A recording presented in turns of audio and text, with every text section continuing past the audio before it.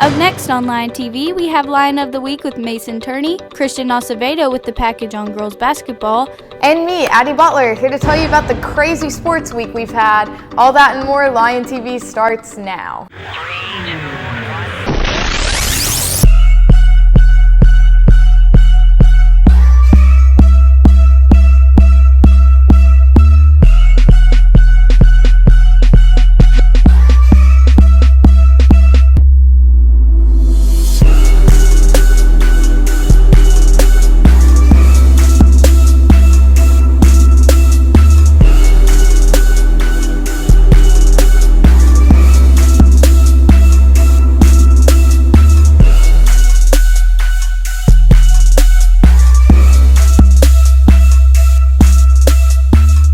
High School, it's good to be with you today. I'm Landon Stallmaker. And I'm Maria Spear, let's jump right into some announcements. Vanguard Day at ASU BB will be held Friday, November 15th. This is a great opportunity for seniors to see what ASU BB has to offer them. Check-in will be at 8 a.m. and they will begin the festivities at 9 a.m. They anticipate the event to end close to noon or 1 a.m. Tryouts for boys soccer will be held at the practice field by the baseball and softball fields on Thursday, November 14th from 3:30 to 4:30 for anyone interested. This will be the second and last tryout, and the team will be made up after this tryout for the spring season. Key Club will be holding a blood drive this Thursday, November 14th on campus. Any student 16 or older may give blood with a signed parent or guardian permission slip. There will be a table outside of the lunchroom, both lunches, to sign up for a time slot to give. Any student giving blood will receive an Arkansas Razorback t-shirt at the time of their donation. See Ms. Butler with any questions between classes. Basketball season's currently ramping up with games happening this week. Chris Acevedo talked to some girls about what their thought on the upcoming season is. Basketball season is finally here, and the girls basketball team had their red and white game this past Friday, so we've interviewed one of the players to get some insight on what they've done to prepare for the rest of the season. Yeah, we did a lot of running so we can run up and down the courts with all the teams, and then we like learning a whole bunch of new plays. With every team, there comes strengths and weaknesses. One of the things this team needs to work on is talking to one another on the court. We work good as a team, but I think we need to work on our communication skills because that is bad for us. With the Lady Lions being in the 5A East Conference comes with a schedule packed with talented teams. I don't think there'll be much of a competition. There'll probably be some hard teams, but I think we could beat them. Well, it looks like we have a good season to look forward to this year, Cersei. Back to the news desk. Thanks, Chris, for that amazing story. President Donald Trump has qualified to appear on the ballot next year in Arkansas. Attorney General Leslie Rutledge and former White House Press Secretary Sarah Sanders submitted paperwork in the filing fee Friday for the president to run in Arkansas. The state's Republican primary is on March 3rd, and the filing period ends on Tuesday. An Arkansas law enforcement supervisor has been fired and charged with theft of government funds after FBI agents caught him stealing more than $30,000 in sting. Court documents show former Greene County Sheriff Officer Lieutenant Alan Scott Pillow was arrested Tuesday and released Wednesday. An affidavit said federal agents posing as Tennessee officers asked Pillow to help in a narcotics raid in Paragould, Arkansas on Monday. An agent planted a glass pipe and backpack containing $76,000 in an unattended car. Pillow recovered this, then reported the backpack as having only $45,600 later that day. The FBI searched Pillow and his house, finding stacks of bills in his pocket. U.S. health officials announced a breakthrough Friday into the cause of a mysterious outbreak of vaping illnesses, reporting they have a very strong culprit. The same chemical compound was found in fluid taken from the lungs of 29 patients across the country. The Centers for Disease Control and Preventing said the compound vitamin E acetate was previously found in liquid from electronic cigarettes and other vaping devices used by many of those who got sick. This is the first time they found a common suspect in the damaged lungs of patients, officials said. After the break, we'll have Ashley Coker with your weather.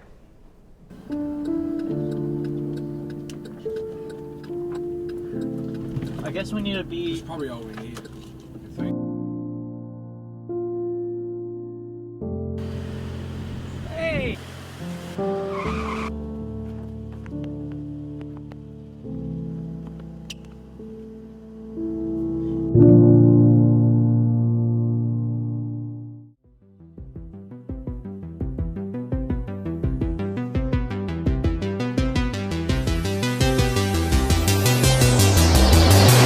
I think it's time we do something about this little ghost.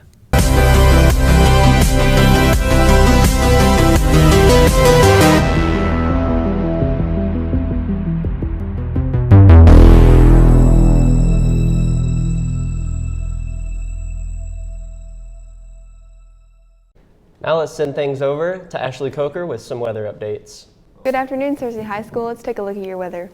The high for today is 44, 0% chance of rain. The winds are headed south at 5 miles an hour. The humidity is 53% and the sun rose at 6:39 a.m. On to tonight. Tonight, your low will be 24 with the rain at 0% chance of rain.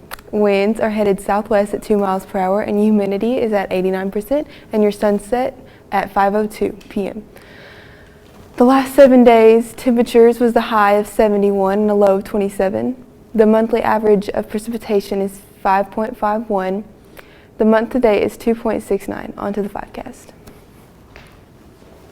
Thursday, your high will be 51 and a low of 26 with a 0% chance of rain. Friday will be a high of 48 and a low of 25 with a 10% chance of rain. Saturday will be 51 with a low of 30 and a 10% chance of rain. Sunday will be a high of 54 and a low of 33 with a 10% chance of rain. And Monday will be partly cloudy with a 59 as a high and 39 as a low with a 20% chance of rain. Well, it looks like it's going to be mostly sunny this week. Yeah, it's going to be a little colder, but not too bad. Can't wait to wear my jacket. Yeah. All right, let's see what we're having for lunch tomorrow. Tomorrow for lunch we'll be having cheese pizza sticks, stromboli, marinara sauce, roasted squash medley, milk variety, baked cinnamon apple, strawberries, graham crackers, and grapes. Be sure to thank our wonderful lunch ladies for their hard work preparing our wonderful meals. For sure. Now let's send things over to Mason with your line of the week.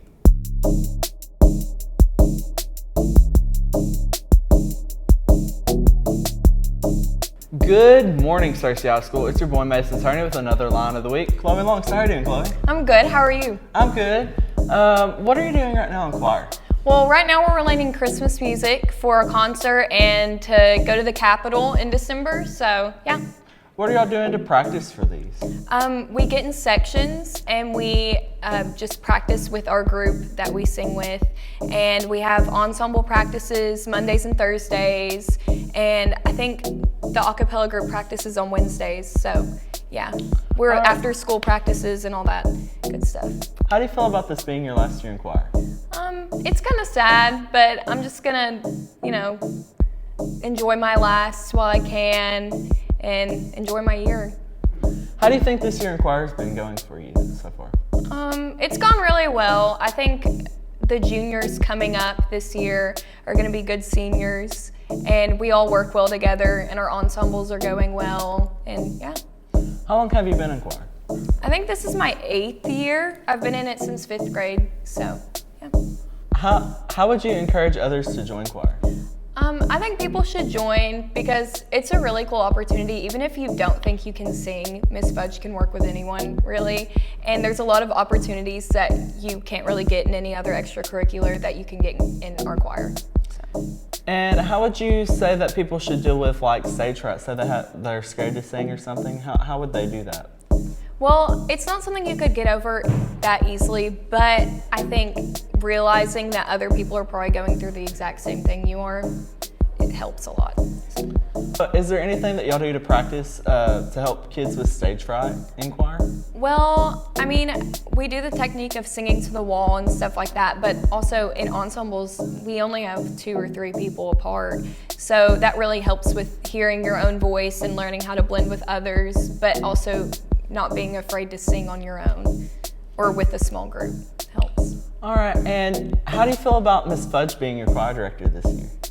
I love Miss Fudge, and I think she's helped our choir so much. And we've been able to, we're going to Disney in December, and we've just done a lot of things that we haven't been able to do in the past. And she's great. She's an amazing director. And is there anything else you'd like to add about choir? It's really fun, and I think you all should join it. Yeah. Well, that's all I have for you today, Cersei. Back to the news desk.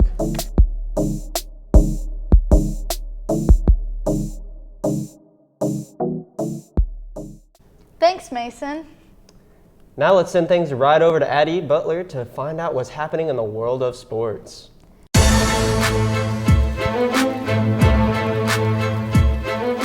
Good afternoon, Cersei. I'm Addie Butler, here to update you on everything going on in the world of sports. In local news, your Cersei Lions are the 6A East Conference football champions. Following the Lions' 38-21 victory over Sylvan Hills Thursday night, the Jonesboro Hurricane unexpectedly fell to the Marion Patriots 34-25, demoting them from co-conference champs and handing the Lions the 1 seed going into the playoffs. We talked to junior wide receiver Marlon Crockett to hear his goals for the rest of the season. The official playoff bracket was released early Saturday morning. Cersei earned a bye in the first round, meaning the Lions will face the winner of Sheridan and Pine Bluff in the quarterfinals on November 22nd.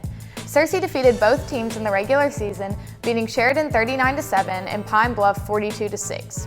Cersei is predicted to win their quarterfinal matchup, which will most likely leave them facing Greenwood in the semifinals. Fortunately, Cersei will have home field advantage for both games, so be sure to head over to Lions Stadium on November 22nd at 7 to support the Lions in their great season. Football is really good. We've executed a lot. We've won games, as you can see.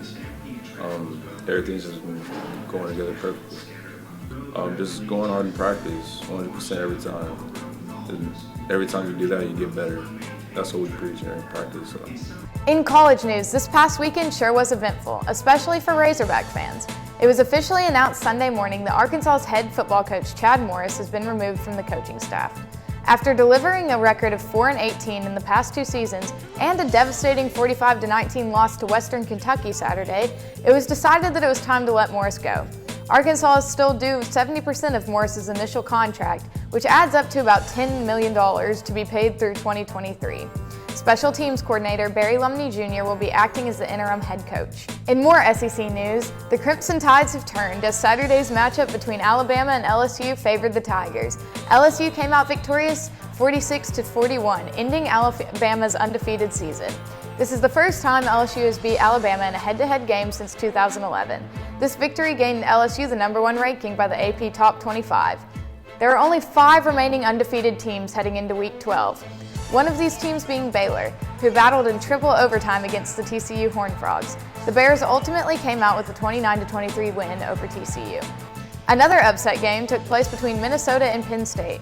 The Minnesota Golden Gophers defeated Penn State 31-26, launching Minnesota into the AP Top 10 and giving them a record of 9-0. Well, that's all I have for you today, Cersei. Back to the news desk. Thanks, Addie, for those updates.